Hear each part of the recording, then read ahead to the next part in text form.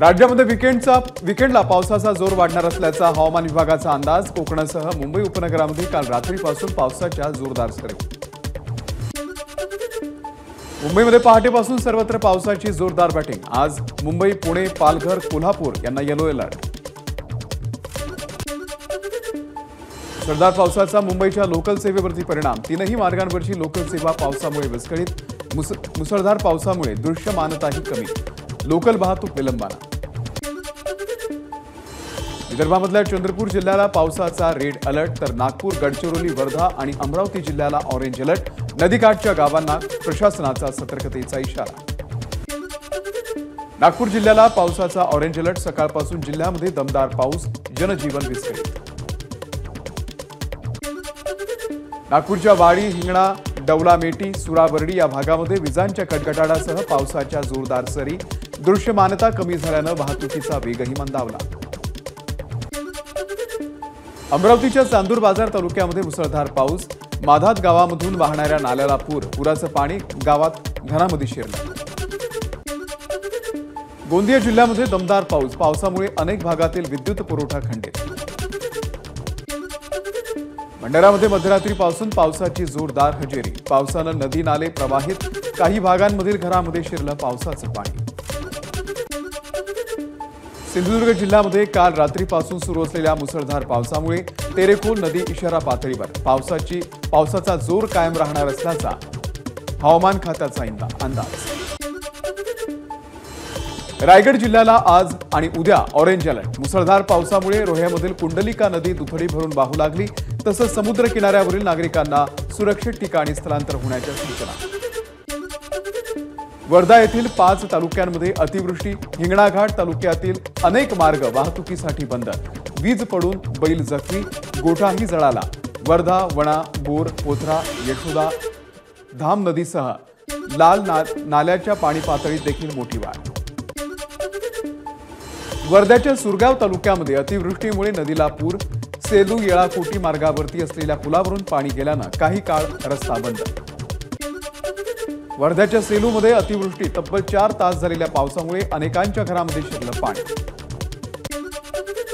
परभणी जिल्ह्यातील विविध भागांमध्ये पावसाच्या सरी, शेतकऱ्यांमध्ये समाधानाचं वातावरण।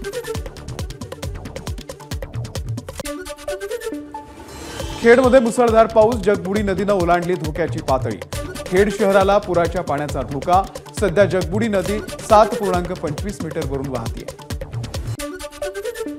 कल्याण, डोंबिवलीसह अंबरनाथ आणि बदलापूरमध्ये काल रात्रीपासून मुसळधार पावसाच्या सरी, त्यामुळे विद्यार्थ्यांसह सकाळी कामावरती निघालेल्यांचे हाल। वसई, विरार आणि नालासोपाऱ्यामध्ये सकाळपासूनच पावसाची संततधार। सध्या कुठेतरी पाणी साचलेलं नसलं तरी पालघर जिल्ह्याला पावसाचा ऑरेंज अलर्ट असल्यानं पावसाचा जोर कायम राहणार असल्याचा अंदाज। सिंधुदुर्गच्या करूळ घाटामध्ये कोसळली दरड, संरक्षण कठडाही तुटला। या मार्गावरची वाहतूक गेल्या 6 महिन्यांपासून बंद असल्यानं जीवितहानी नाही। पावसामुळे शहापूरच्या भातसा नगर, त्यासोबतच बिरवाडी रस्त्याची दुरावस्था। त्यामध्ये समृद्धी महामार्गाचं काम सुरू असल्यानं अवजड वाहनांची ये-जा सुरू असल्यानं अनेक ठिकाणी खड्डे। भातसा प्रकल्प हा अधिकाऱ्यांचं मात्र दुर्लक्ष। मुंबईमधील खड्ड्यांकडे दुर्लक्ष करणाऱ्या 13 अभियंत्यांना महानगरपालिकेची नोटीस। खड्डे वेळेमध्ये न बुजवल्याबाबत कारणे दाखवा नोटीस। मुंबई कृषी उत्पन्न बाजार समितीमध्ये भाजीपाल्याचे दर घटले। पावसामुळे भाजीपाला खराब होत असल्यानं फरसबी, शेवगा, वाटाण्यासह पालेभाज्या तसंच कोथिंबिरीचे दरही वाढले। मनोज जरांगे यांचं आजपासून पुन्हा एकदा आमरण उपोषण। सरकारनं मागण्या मान्य कराव्यात, अन्यथा काही झालं तर उपोषण मागे घेणार नाही, मनोज जरांगेंची भूमिका। मराठा आणि ओबीसी समाजामध्ये भांडणं लावण्याचा सरकारचा डाव। मनोज जरांगेंनी हाणून पाडला।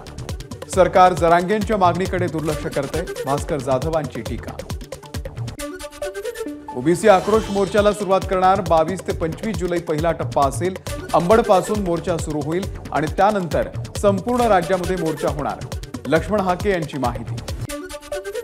शरद पवारांनी एसटी आरक्षणावरती बोलणं म्हणजे लबाडा घरचं आमंत्रण।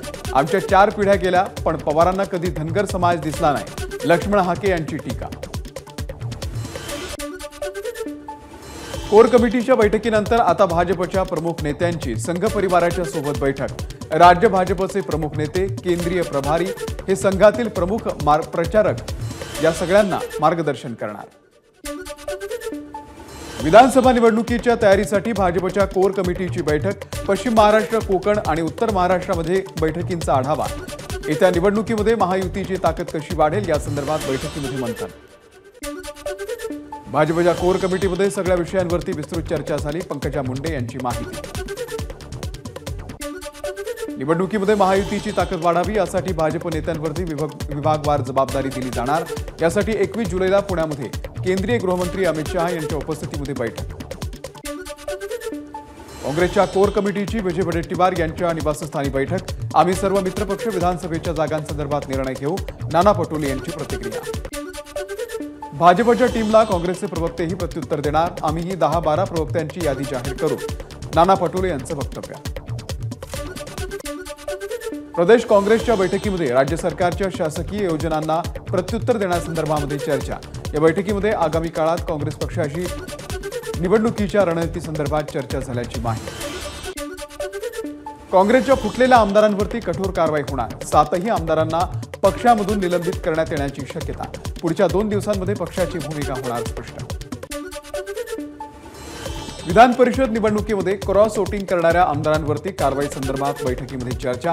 हा निर्णय दिल्लीमधून घेऊ, केसी वेणुगोपाल यांची माहिती। राज्य निवडणूक आयोगानं बिगुल आणि तुतारी ही मुक्तचिन्ह आता गोठवली। आयोगाचे सचिव सुरेश काकाणी यांची पत्राद्वारे माहिती। स्थानिक स्वराज्य संस्थांच्या निवडणुकीसाठी हा निर्णय लागू असेल। शरद पवार आज जुन्नर आणि मंचर तालुक्याच्या दौऱ्यावरती लोकांसोबत संवाद साधणार। तर संध्याकाळी 6 वाजता पिंपरीमध्ये शरद पवार यांची संकल्प विजयी सभा। शरद पवार यांच्याकडून आणखी एका तरुण उमेदवाराला संधी। आगामी विधानसभा निवडणुकीमध्ये अकोले मतदारसंघामधून अमित भांगरे यांना उमेदवारीचे संकेत। अमित भांगरे यांच्या मागे शक्ती उभी करा। शेतकरी मेळाव्यामध्ये शरद पवार यांचं आवाहन। शिंदखेडा विधानसभा मतदारसंघामधील जुने भाजपचे कार्यकर्ते कामराज निकम राष्ट्रवादी शरदचंद्र पवार पक्षामध्ये प्रवेश करणार। आज पिंपरी चिंचवडमध्ये शरद पवारांच्या उपस्थितीमध्ये पक्षप्रवेश। मुंबई उच्च न्यायालयाच्या औरंगाबाद खंडपीठामध्ये सुजय विखेंकडून याचिका। लंके निवडून आल्याचा निर्णय हा रद्द करावा। 40 ते 45 केंद्रांवरील मतमोजणी योग्य पद्धतीने झालेली नाही, विखेंची याचिका। आयएस अधिकारी पूजा खेडकर दिल्लीमध्ये। यूपीएससीच्या तक्रारीनंतर दिल्ली क्राईम ब्रांचकडून पूजा खेडकर यांच्यावरती गुन्हा दाखल। दिलीप खेडकर यांना 25 जुलैपर्यंत अटकपूर्व जामीन। खेडकरांनी केला होता अटकपूर्व जामिनासाठी अर्ज। पुणे सत्र न्यायालयाकडून अर्ज मंजूर। पूजा खेडकर यांची आई मनोरमा खेडकर यांना आज कोर्टामध्ये हजर करणार। शेतकऱ्यांना धमकावल्या प्रकरणामध्ये मनोरमा खेडकर 18 जुलैला यांनी केली होती अटक। दिलीप खेडकर यांच्यासोबत शिवसेना नेते रामदास कदम यांचीही एसीबी चौकशी करा। ठाकरे गटाचे रत्नागिरीचे जिल्हा प्रमुख संजय कदम यांची मागणी। खेडकर आणि कदम यांच्यामध्ये आर्थिक हितसंबंध, संजय कदम यांचा आरोप। पिंपरी पालिकेचा कर थकवल्या प्रकरणामध्ये थर्मोवेरिटा कंपनीवरती कारवाईचा बडगा। आता कंपनी संदर्भात कोणताही निर्णय घ्यायचा असेल तर खेडकर कुटुंबियांना आधी पालिकेची परवानगी घ्यावी लागणार। लोकसभेमधल्या यशानंतर समाजवादी पक्षाच्या विजयी खासदारांचा मुंबईमध्ये सत्कार। त्यापूर्वी खासदारांनी घेतलं सिद्धिविनायकाचं दर्शन। चैत्यभूमी आणि माहीमच्या दर्ग्याला खासदारांनी दिली भेट।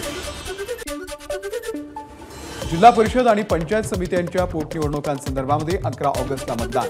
नागपूर जिल्हा परिषदेच्या एका आणि विविध पंचायत समित्यांच्या 4 रिक्त पदांच्या होणार पोटनिवडणुका। 12 ऑगस्टला मतमोजणी। आजपासून सर्वसामान्य नागरिकांना वाघनख पाहता येणार। मात्र 10 ते 11 या वेळेमध्ये केवळ विद्यार्थ्यांना ही वाघनख पाहण्याची संधी असेल।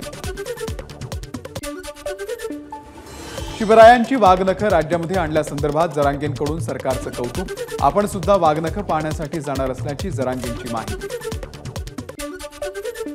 विशाळगडच्या पायथ्याला असलेल्या गजापूरला कोल्हापूरचे पालकमंत्री हसन मुश्रीफ यांची भेट।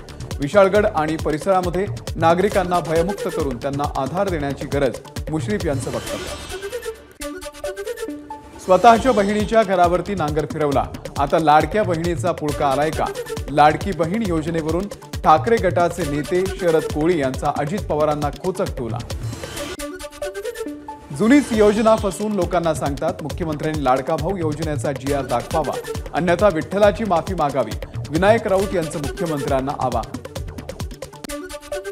इंदापूरच्या लाखेवाडीमध्ये राष्ट्रवादीचे आमदार दत्तात्रय भरणे यांनी स्वतः भरला लाडक्या बहिणीचा फॉर्म। लाडकी बहीण योजना केंद्रावरती जाऊन आमदार भरणेंचा उपक्रम। बोगस दिव्यांग प्रमाणपत्राचा वापर करत सरकारी नोकरी मिळवणाऱ्यांवरती कडक कारवाई होणार। आमदार बच्चू कडू यांच्या अध्यक्षतेखाली शोध मोहीम। आदित्य ठाकरे यांचं मुंबई महानगरपालिका आयुक्त भूषण गगराणी यांना पत्र। कोस्टल रोड परिसरामध्ये हरित संवर्धनाची केली मागणी। शिखर बँक घोटाळा प्रकरणामध्ये आर्थिक गुन्हे शाखेच्या प्रकरणात ईडीचा हस्तक्षेप नको। मुंबई पोलिसांचं उत्तर, ईडीच्या हस्तक्षेप याचिकेवरती मुंबई पोलिसांकडून सत्र न्यायालयामध्ये उत्तर दाखल। आरटी प्रवेशासंदर्भातला अध्यादेश हायकोर्टाकडून रद्द। काँग्रेस सरकारला दणका। शालेय विद्यार्थ्यांच्या प्रवेशासंदर्भात अचानक असा निर्णय घेणं घटनाबाह्य, हायकोर्टाकडून स्पष्ट। एबीपी माझा, उघडा डोळे बघा नीट।